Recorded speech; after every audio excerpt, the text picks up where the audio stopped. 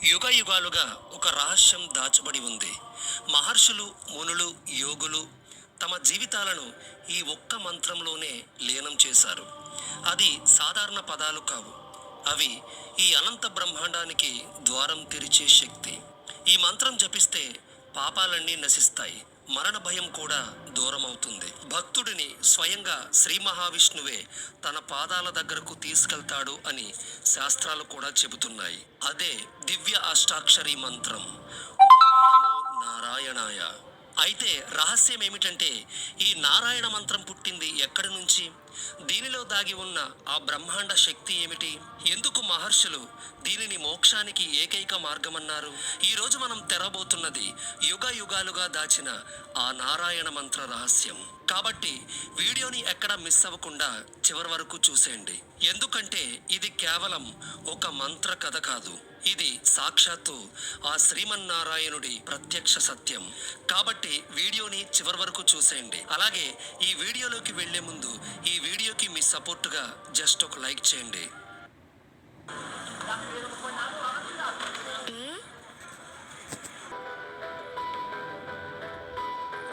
పురాణాల్లో ఒక అద్భుతమైన సంఘటన చెప్పబడింది.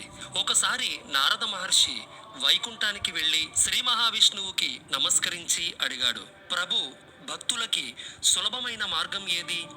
జన్మల తరబడి చేసిన పాపాల నుండి విముక్తి పొందడానికి, మిమ్మల్ని చేరుకోవడానికి సరళమైన ఉపాయం ఏమిటి అని.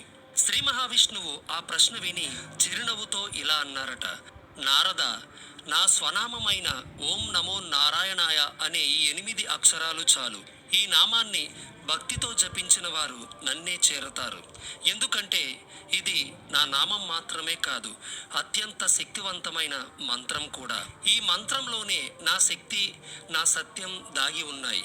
ఇది భక్తుడిని పవిత్రం చేస్తుంది, చివరికి నా సన్నిధికి తీసుకువస్తుంది అని సాక్షాత్తు ఆ శ్రీ మహావిష్ణువే నారదుడికి వివరించారు. అప్పటి నుంచి నారద మహర్షి మొదటగా ఈ మంత్రాన్ని జపించడం ప్రారంభించారు. ఓం నమో నారాయణాయ, ఓం నమో నారాయణాయ అని. ఆ శబ్దం ఆయన హృదయం నుండి బయలుదేరి ఈ అనంత బ్రహ్మాండమంతా నిండిపోయింది. ఆ రోజు నుంచి ఈ మంత్రం కేవలం నారదుడికే కాదు, ఋషులకు, మునులకు, తపస్సులకు, ధ్యానులకు, అలాగే విష్ణుమూర్తి అనుగ్రహంతో మనందరికీ లభించింది. అందుకే ఇప్పటికీ భక్తులు ఈ అష్టాక్షరి మంత్రాన్ని జపిస్తూ నారాయణుడి సన్నిధిని పొందుతున్నారు.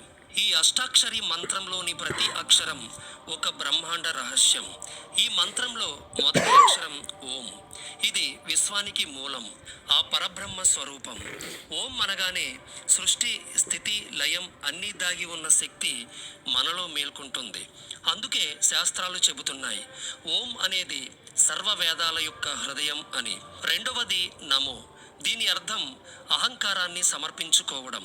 ఈ పదాన్ని పలకడం వల్ల మన గర్వం, దర్పం, స్వార్థం అన్నీ కరిగిపోతాయి. ఈ పదం మన హృదయాన్ని వినయంతో నింపుతుంది, మనల్ని ఆ దైవానికి పూర్తిగా అర్పిస్తుంది. మూడవది నారాయణాయ.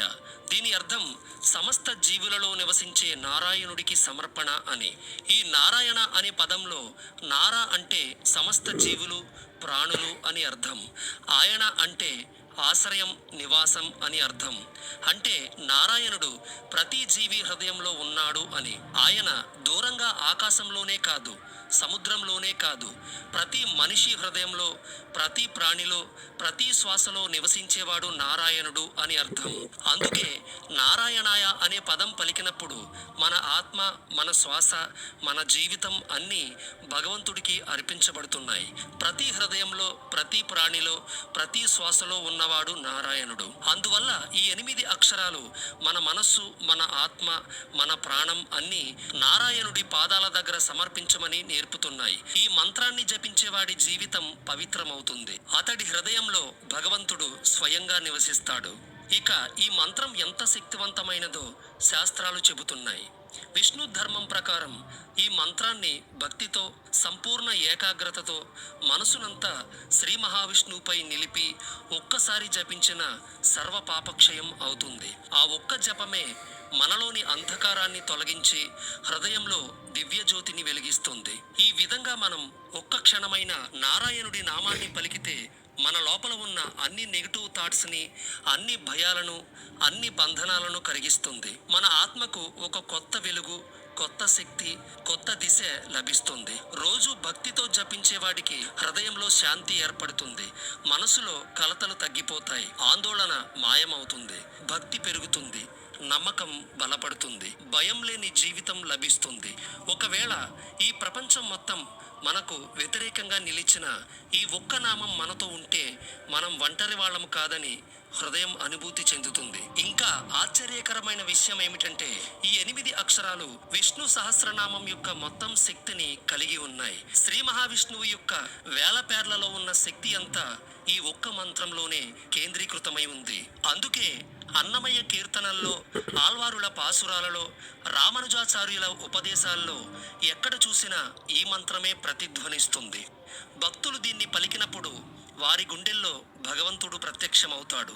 ఎందుకంటే ఈ మంత్రం కేవలం పదాల సమూహం కాదు, ఇది సాక్షాత్తు ఆ శ్రీమన్నారాయణుడి స్వరూపమే. ఈ నామం పలికినప్పుడు మనం నారాయణుడి వైపు అడుగు వేయడం కాదు, సాక్షాత్తు ఆయన మన వైపు నడిచి వస్తున్నట్టే. కానీ ఇక్కడ ఒక ప్రశ్న వస్తుంది. ఇంత దివ్యమైన మంత్రాన్ని మనం ఎలా జపించాలి, ఏ విధంగా చేస్తే దాని అసలు ఫలితం లభిస్తుంది అని శాస్త్రాలు చెబుతున్నాయి. ఈ జపానికి 3 రకాలున్నాయి. మొదటిది వాచిక జపం, అంటే శబ్దంతో పలకడం.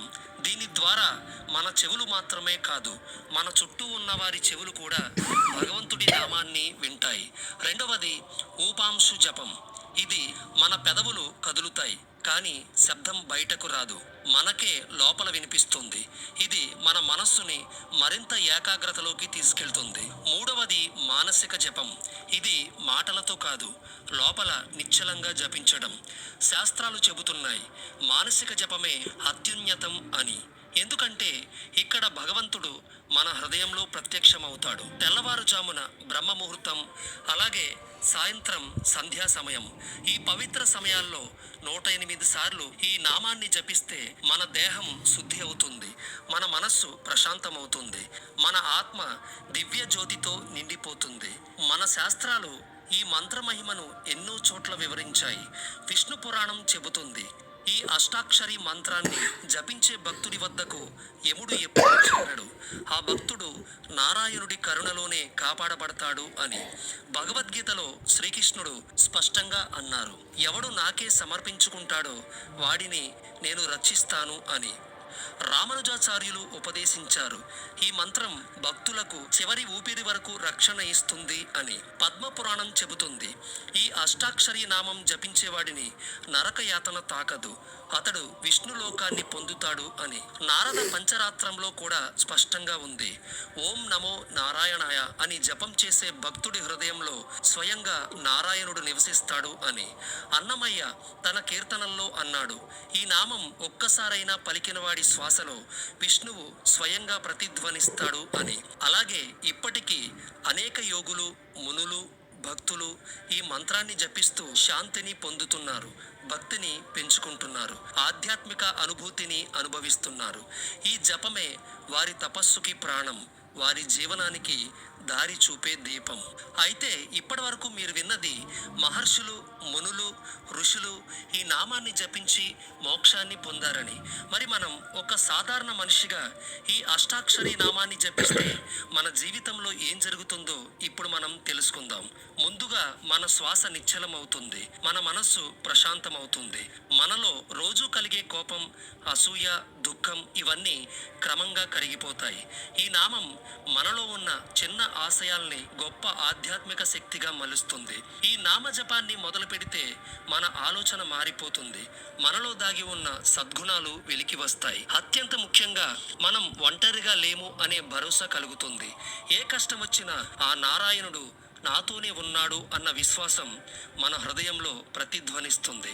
అందుకే ఈ మంత్రం ఒక సాధారణ మనిషిని కూడా అసాధారణమైన ఆధ్యాత్మిక మార్గంలో నడిపిస్తుంది. కానీ ఒక్క విషయాన్ని గుర్తుంచుకోండి, ఈ నామాన్ని నిశ్చల భక్తితో, సంపూర్ణ ఏకాగ్రతతో మనసునంతా ఆ శ్రీమన్నారాయణుడిపై నిలిపి పలికితేనే మీ జీవితంలో మీరు ఈ అద్భుతమైన మార్పుని చూడగలరు. అందుకే ఫ్రెండ్స్, ఇది కేవలం ఒక మంత్రం కాదు, ఇది సాక్షాత్తు ఆ శ్రీ మహావిష్ణువు యొక్క స్వరూపమే. కాబట్టి మీరిప్పుడే ఒక్కసారి కళ్ళు మూసి భక్తితో ఈ నామాన్ని జపించండి, ఓం నమో నారాయణాయ అని. ఆ క్షణం మీలో కలిగే ఆ దివ్యానుభూతి విష్ణు సాక్షాత్కారం వైపు మీ మొదటి అడుగు అవుతుంది. ఓకే ఫ్రెండ్స్, ఈ ఇన్ఫర్మేషన్ మీకు నచ్చింది అండ్ డూ సబ్స్క్రైబ్.